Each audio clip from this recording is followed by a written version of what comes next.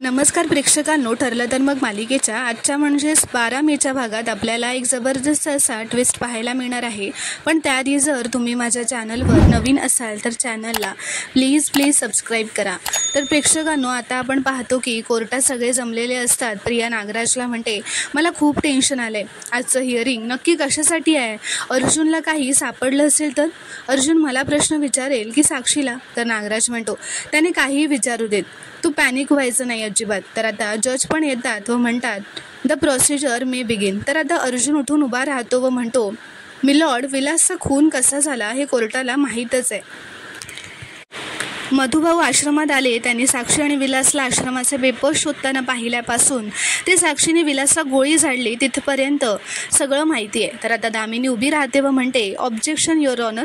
अर्जुन सुभेदार यांनी आत्ता जे काही सांगितलं यातलं काहीही सिद्ध झालेलं नाही आहे की साक्षीने खून केला आहे. त्यामुळे असली विधानं करू नयेत. ही सिनेमाची स्टोरी नाही आहे आणि अर्जुन सुभेदार, तुम्ही रायटर नाही आहात हे लक्षात ठेवा. तर अर्जुन म्हणतो, मी जरी रायटर असतो तरी मला महिपत आणि साक्षी शिखरे यांच्या इतकी क्रिएटिव्ह स्टोरी सुचलीच नसती. तर आता अर्जुन म्हणतो, मला हे सांगायचं आहे मिलॉर्ड, त्या रात्री जे घडलं होतं ते ॲक्सिडेंटली नव्हतं, it was pre planned murder. आणि हे प्लॅनिंग केलं होतं साक्षी आणि तन्वीने मिळून. मी साक्षी शिखरे आणि तन्वीने हा प्लॅन खुनाच्या काही महिन्यांआधीपासूनच सुरू केला होता. तर दामिनी म्हणते, ऑब्जेक्शन युअर ऑनर. अर्जुन सुभेदारांना कळत नाही आहे काय बोलावं, त्यामुळे बेथूट आरोप करत सुटलेत ते. माझी अशी साक्षी शिखरे हिच्यावरचे सगळे आरोप मी आधीच खोडून काढलेत आणि तन्वी उर्फ प्रिया ही फक्त आय विटनेस आहे. दोघींनी मिळून काहीतरी केलंय हा प्रश्नच कुठे येतो? तर जज म्हणतात, ऑब्जेक्शन सस्टेन. तर दामिनी म्हणते, माझ्या अशिलावर आरोप करण्यापेक्षा ना स्वतःचा अशील निर्दोष सुटेल याकडे लक्ष द्या सुभेदार. तर अर्जुन म्हणतो, मी त्याच मुद्द्याकडे येत होतो मिस देशमुख. तर आता अर्जुन म्हणतो, या कोर्टात खूप काही बोललं गेलंय, पण एक पैलू अजून कोर्टासमोर आलेला नाही आहे, तो म्हणजे जीवाभावाची मैत्री. मिस दामिनी देशमुख, जिला फेक स्टोरी म्हणाल्या, ती 2 बेस्ट फ्रेंड्सची जोडी. आणि याच जीवाभावाच्या मैत्रीवर प्रकाश पाडण्यासाठी मला साक्षी शिखरे यांना विटनेस बॉक्समध्ये बोलवायचं आहे. तर दामिनी म्हणते, साक्षी शिखरे यांची मानसिक स्थिती ठीक नाही आहे, त्यामुळे त्यांना आता प्रश्न विचारण्यात येऊ नये. तर अर्जुन म्हणतो, मग या केसची आय विटनेस, मी त्यांना प्रश्न विचारू शकतोच ना? तर जज येस असं म्हणतात. तर अर्जुन म्हणतो, मला मिस तन्वी सुभेदार यांना विटनेस बॉक्समध्ये बोलवण्याची परमिशन हवी आहे. तर आता प्रिया विटनेस बॉक्समध्ये येते. अर्जुन प्रियाला असं विचारतो, मला सांग, विलासच्या खुनाआधी तुझी आणि साक्षीची मैत्री होती का? म्हणजे तुम्ही निदान कॉन्टॅक्टमध्ये तरी होतात का? तर प्रिया म्हणते, नाही, आमच्यात काही मैत्री वगैरे नव्हती. म्हणजे साक्षी एकदा आश्रम विकत घ्यायला आश्रमात आली होती, त्यानंतर डायरेक्ट कोर्टात, त्यामध्ये आम्ही कधीच भेटलो नाही. तर अर्जुन म्हणतो, नव्हती ना म्हणजे? तर प्रिया नाही म्हणते. तर अर्जुन म्हणतो, point to be noted milord.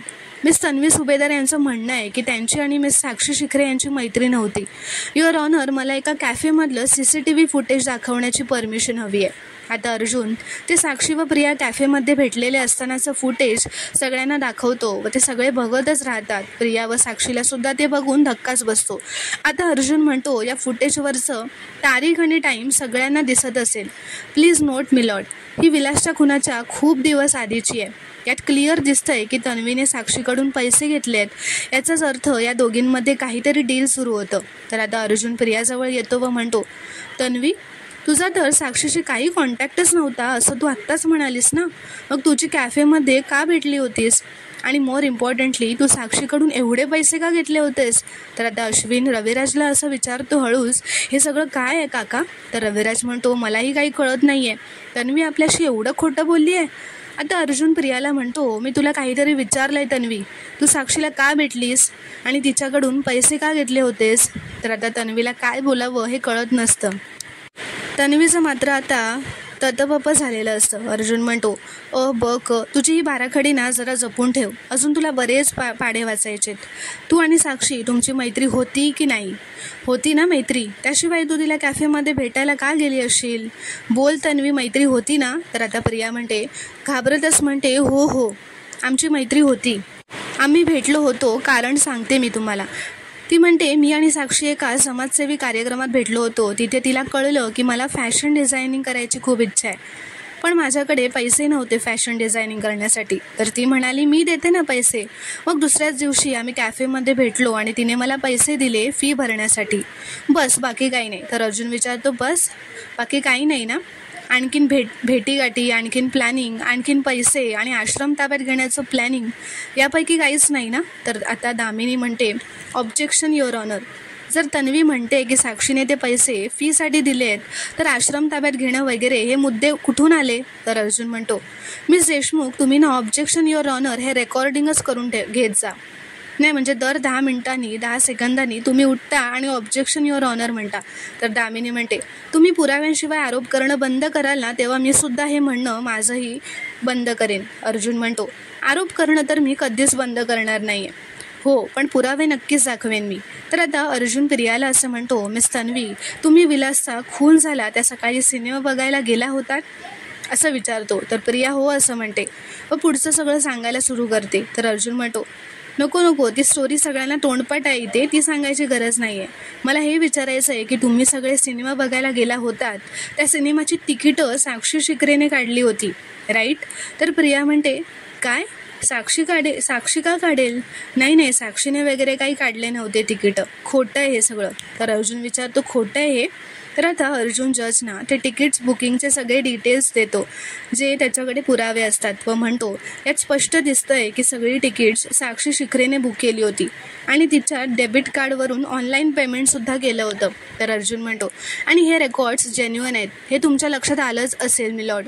तर ते जजसुद्धा म्हणतात, येस यू आर राईट. तर आता अर्जुन प्रियाकडे येतो व म्हणतो, तू जे खोटं सांगत होतीस ते तर खरं निघालं ग तन्वी. आता तरी सांगशील मी साक्षीने सिनेमाच्या तिकीट्स का काढल्या होत्या?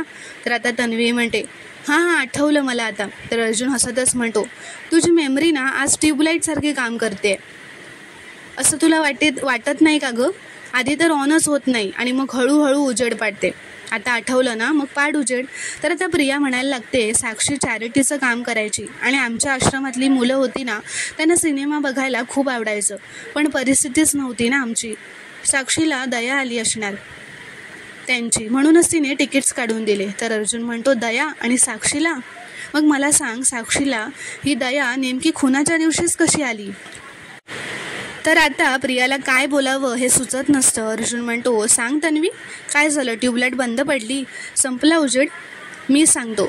साक्षीने ती तिकीट्स काढली कारण तिला आणि तुला आश्रम पूर्णपणे रिकामी हवा होता, ज्यामुळे तुम्हाला आश्रमाचे पेपर शोधता आले असते. Am I right? तर तन्वी आता थरथरतच म्हणते, नाही असं काही झालं नव्हतं. तर दामिनी उठून उभी राहते व ऑब्जेक्शन युअर ऑनर म्हणत ती म्हणते, बॉजरिंग माय विटनेस. ती म्हणते, साक्षी शिखरेने चॅरिटी म्हणून आश्रमातल्या लोकांसाठी तिकीट्स काढले होते, त्यात काय प्रॉब्लेम आहे? तर अर्जुन म्हणतो, प्रॉब्लेम हा आहे की हे सगळं खुनाच्या दिवशीच घडलं. हा योगायोग असूच शकत नाही मिलॉर्ड. आश्रम रिकामा करून तिथे आश्रमाचे पेपर शोधायचे हाच प्लॅन होता साक्षी आणि तन्वीचा. त्यांच्यात चांगलीच मैत्री झाली होती आणि इतकी चांगली की साक्षीने विलासचा खून केल्यावर तन्वीने तिच्या बाजूने कोर्टात साक्षसुद्धा दिली. तर आता दामिनी हे सगळं ऐकल्यानंतर टाळ्या वाजवते व असतच म्हणते, माइंड ब्लोईंग हिट आहे तुमचा सिनेमा, पण अनफॉर्च्युनेटली हे कोर्ट आहे, इथे स्टोरी नाही फॅक्ट चालतात. आणि तुम्हीच हे प्रूफ केलं की विलास हा महिपतचा माणूस होता. विलासला तिथे महिपतनेच पेरलं होतं. मग असं असताना साक्षी शिखरेला स्वतः जाऊन तिथे पेपर शोधण्याची रिस्क घ्यायची काय गरज असेल? आणि तेही असा फिल्मसारखा इलॅबोरेट करून, प्लॅनिंग वगैरे करून? तर अर्जुन म्हणतो, कारण विलासला पेपर शोधण्यासाठी नाही तर मधुभाऊंना कन्व्हिन्स करण्यासाठी पेरलं गेलं होतं. विलास मधुभाऊंना कन्व्हिन्स करत होता की कसं आश्रम विकणं त्याच्यासाठी फायद्याचं असेल, आणि तसंही पेपर शोधण्यासाठी विलासचा फारसा उपयोग झालाही नसणार. Point to be noted milord.